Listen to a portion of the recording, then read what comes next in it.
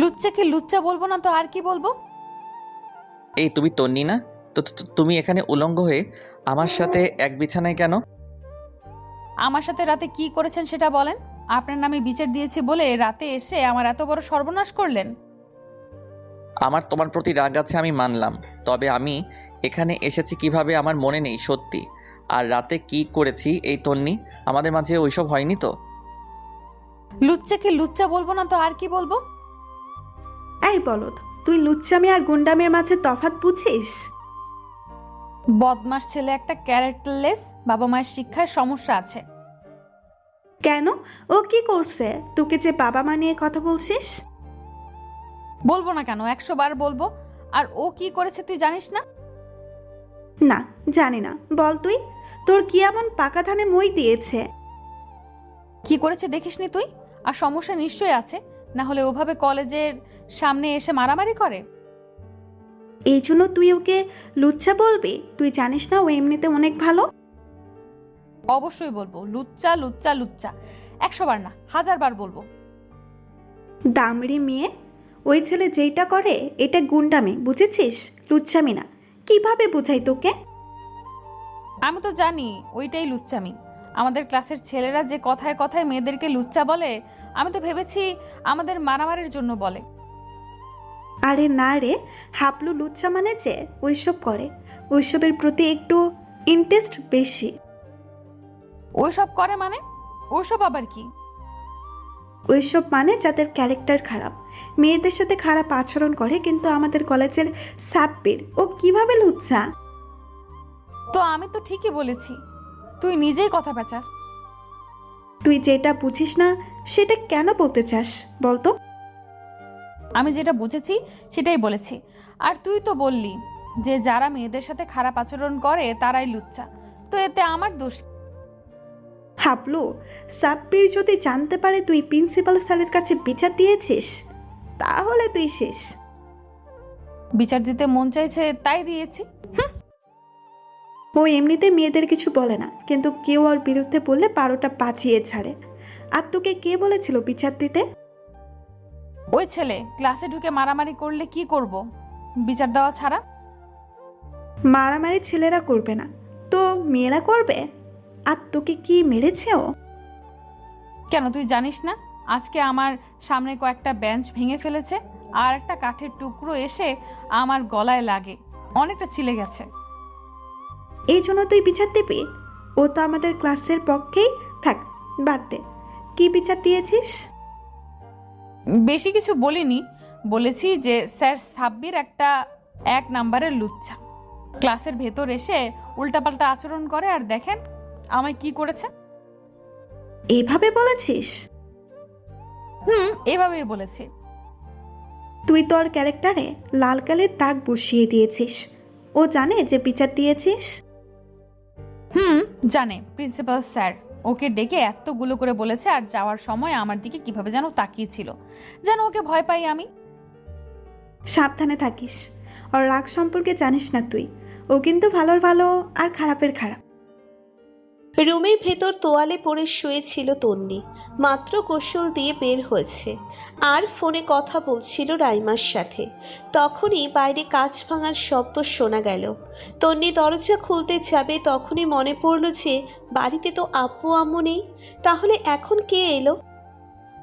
তখনই বারান্দার দরজায় টোকা পড়ল। তন্নি ভাবল বাতাসে আওয়াজ হচ্ছে। ভীত হয়ে 1 পা 2 পা করে এগিয়ে গেল তন্নি। দরজা খুলতেই কেউ একজন রুমে প্রবেশ করলো। তন্নি কিছু বলতে যাবে তার আগেই তন্নির মুখ চেপে ধরল। তন্নি প্রচণ্ড ভয় পেয়ে গেল, কিছু বলতেও পারছে না, আর অন্ধকারের জন্যে কিছু দেখতেও পাচ্ছে না। শুধু গরম একটা হাত ওর মুখে অনুভব করছে। তন্নি করছে, কিন্তু শব্দ করতে পারছে না। মুখে থাকা হাতটা আস্তে আস্তে এবার তন্নির গলায় নামলো। তন্নি ভয়ে শব্দ করতে পারছে না। হঠাৎ তন্নিকে কিস করতে লাগলো অন্ধকারে দাঁড়িয়ে থাকা লোকটা।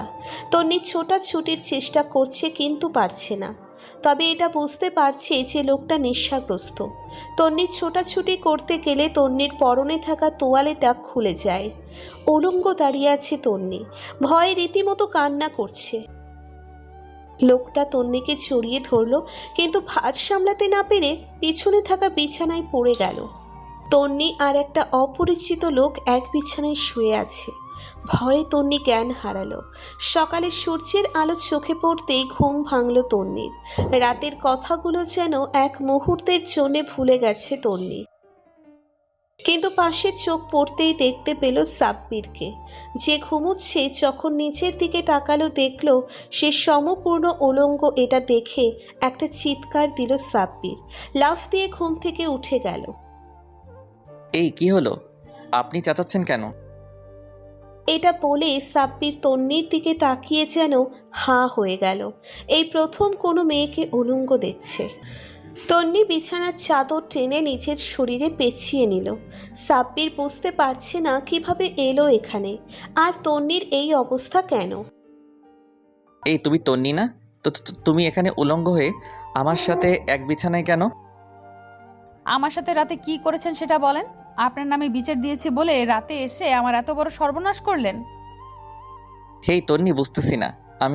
আমি জানি যে তুমি আমার নামে বিচার দিয়েছো, কিন্তু এজন্য আমি ওই রকম কিছু করব এরকম ছেলে আমি না। সেটা আমি কালকে রাতেই টের পেয়েছি। আপনি কিরকম ছেলে, মদ খেয়ে গ্লাস ভেঙে বাড়িতে ঢুকে আমার সাথে যা যা করেছেন।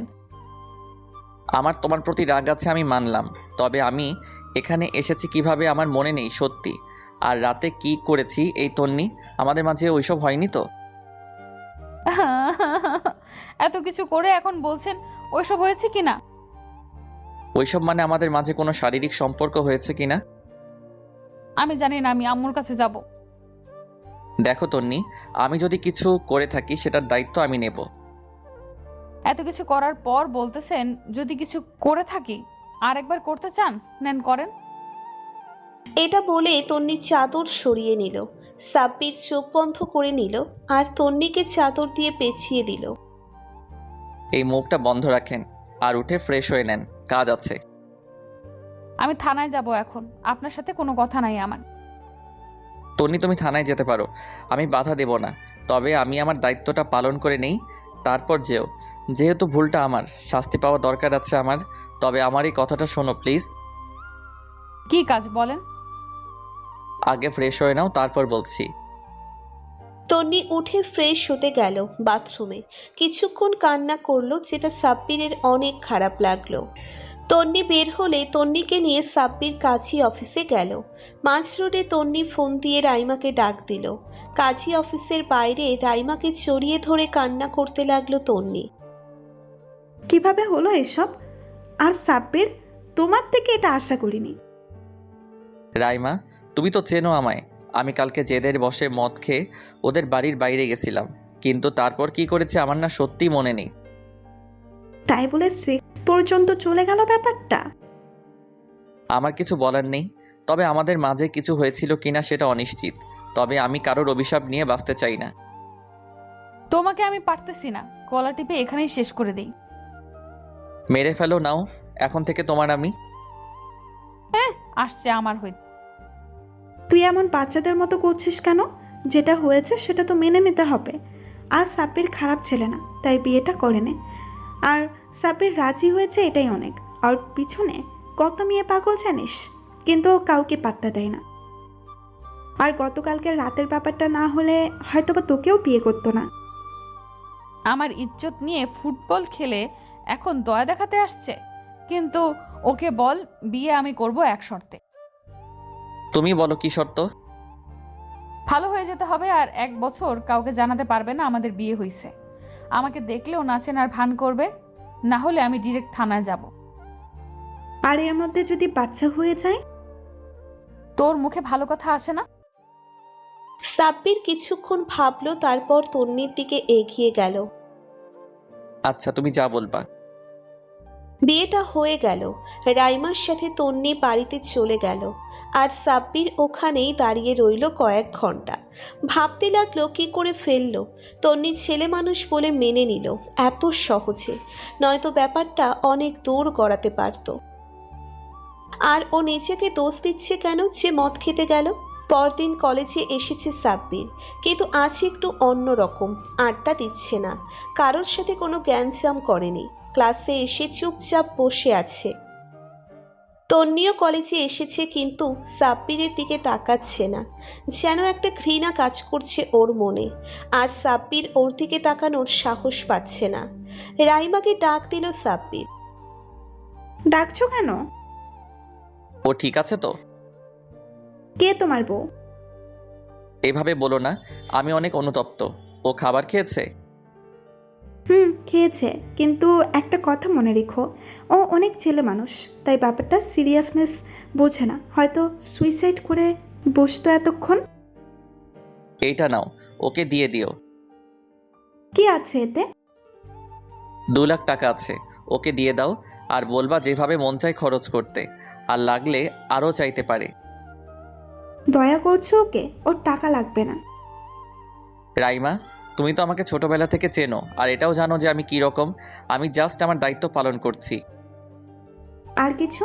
আমি আসি, এখনো তাকিয়ে আছে আমার দিকে। আচ্ছা যাও। সাব্বির বাইরে বসে আছে। কলেজ কেটে তখনই তন্নি এলো, আর কিছু না বলেই ঠাস করে একটা থাপ্পড় মারলো সাব্বিরকে। সাব্বির গালে হাত দিয়ে তাকিয়ে আছে। কি মনে করো নিজেকে? টাকা দিয়ে কিনে নিতে চাও আমায়? তন্নি, তোমার প্রতি আমার কর্তব্য আছে তাই দিয়েছি, তোমাকে কেনার সামর্থ্য আমার নেই। রাগ হচ্ছে না থাপ্পড় মারলাম যে? না, রাগ হচ্ছে না। কেন রাগ হচ্ছে না কেন? কারণ তুমি আমার বউ, আমার প্রতি তোমার সম্পূর্ণ অধিকার আছে। এইরকমই থাকবা। আর আমার যখন মন চাইবে আমি থাপ্পড় মেরে যাব তোমায়। ব্যাপার না। তন্নি আর সাব্বির দাঁড়িয়ে আছে, তখনই ওর কয়েকজন বন্ধুরা আসলো। কিরে তন্নি, কি হয়েছে? আরে বলিস না তো, কোথা থেকে এসে পরে ডিস্টার্ব করে। কি করেছে? আমাকে টাকা দিয়ে কিনে নিতে চায়। কে? একবার শুধু দেখিয়ে দে, ওর বাপদাদার নাম ভুলিয়ে দেব। তন্নি হাত দিয়ে সাব্বিরের দিকে দেখিয়ে দিল। সাব্বির? মানে সাব্বির ভাই? ওকে তোর সিনিয়র, যে ভাই বলে ডাকিস? না মানে সাব্বির ভাই ডিস্টার্ব করছে তো ওকে। কেন ভয় পাস ওকে? না মানে আমি যাই এখন, পরে দেখা হবে। রাফি চলে গেল। তন্নি দাঁড়িয়ে আছে, আর সাব্বির মাথা নিচু করে দাঁড়িয়ে আছে। এইভাবে অপমান না করলেও পারতে। অপমানে দেখেছো কি, কে বলতো শুরু। সাব্বির একটা হাসি দিল আর চলে গেল। তন্নি তাকিয়ে রইল। 7 মাস পর, কয়েক মাস আগে ইন্টার পরীক্ষা হয়ে গেছে। এখন ভার্সিটিতে সাব্বির মেডিকেলে পড়াশোনা করছে, আর তন্নি ইঞ্জিনিয়ারিং। তন্নি কয়েকদিন পর পর সাব্বিরকে ফোন দিয়ে ডাকে আর ইচ্ছে মতো অপমান করে। কখনো নিজে করে, কখনো অন্যদের দিয়ে করায়। আর সাব্বিরকে এখন আর কেউ ভয় পায় না, কারণ বাঘ এখন আর শিকার করে না, মানে মারপিট করে না। রাজনীতি করে না তন্নি, যা বলে তাই করে। রাইমা অনেকবার তন্নিকে বোঝানোর চেষ্টা করেছে, কিন্তু তন্নি শোনেনি। বাড়িতে পড়াশোনা করছিল সাব্বির, তখনই ফোন বাজতে লাগলো। কোথায় তুমি? বাড়িতে আছি। কেন? বাড়িতে আছো না অন্য কোথাও? সত্যি বাড়িতে আছি। আমি একটু বেরোবো, আমার সাথে যেতে হবে তোমায়। লোকেশন বলো, আসতেছি। সাব্বির বেরিয়ে পড়লো বাড়ি থেকে। তন্নি রোডের ওপাশে আর সাব্বির এই পাশে। সাব্বির রোড ক্রস করবে ওই পাশ থেকে, তন্নিও রোড ক্রস করে এ পাশে আসতে নিল। তখনই ওপাশ থেকে আর একটা গাড়ি এসে তন্নিকে চাপা দিতে নিলে সাব্বির তন্নিকে সরিয়ে দিল ধাক্কা দিয়ে। আর গাড়িটা সাব্বিরকে বলের মতো ছুঁড়ে ফেলে দেয়। সাব্বির রোডের পাশের একটা গাছের উপর গিয়ে পড়ে। তন্নি কিছুক্ষণের জন্য থ হয়ে যায়। কি হলো ঠিক বুঝতে পারল না, মাথা কাজ করছে না। দৌড়ে গেল সাব্বিরের কাছে। মাথা সহ সারা শরীরে রক্ত ঝরছে। আশেপাশের সবাই মিলে হাসপাতালে নিয়ে গেল। ওটিতে নিয়ে গেছে ডাক্তাররা। ক্রিটিক্যাল অপারেশন, ব্রেন হ্যামারেজ হয়েছে। তন্নিকে এসে জিজ্ঞেস করলো ডাক্তার যে কি হয় রোগীর। তন্নি বলল যে স্ত্রী। ডাক্তার তন্নির কাছ থেকে সই নিয়ে গেল। বলল যে বাঁচার চান্স খুব কম, বুকের কয়েকটা হাড় ভেঙে গেছে, ফুসফুসেও আঘাত পেয়েছে। রাইমা চলে এসেছে, সাথে তন্নির আব্বু আম্মু। এইদিকে সাব্বিরের আব্বু আম্মুকে খবর দেওয়া হয়েছে। তন্নি সবাইকে বলল কিভাবে হয়েছে সবটা, বিয়ের ব্যাপারটা বলল, কিন্তু কেন হয়েছে সেটা বলেনি। ডাক্তার অপারেশন থিয়েটার থেকে বের হলো, বলল যে অপারেশন সাকসেসফুল, কিন্তু ব্রেনের আঘাত, তাই রিস্ক আছে কিছুটা, আর জ্ঞান ফিরতে অনেকটা সময় লাগবে। 3 দিন পর সাব্বিরের জ্ঞান ফিরল, নিজেকে নিজের বাড়িতে আবিষ্কার করলো। সাব্বিরের আব্বু আম্মু নার্স সহ সাব্বিরকে বাসায় শিফট করেছে। সাব্বির বিছানা ছেড়ে উঠতে গেলে মাথায় ব্যথা অনুভব করলো।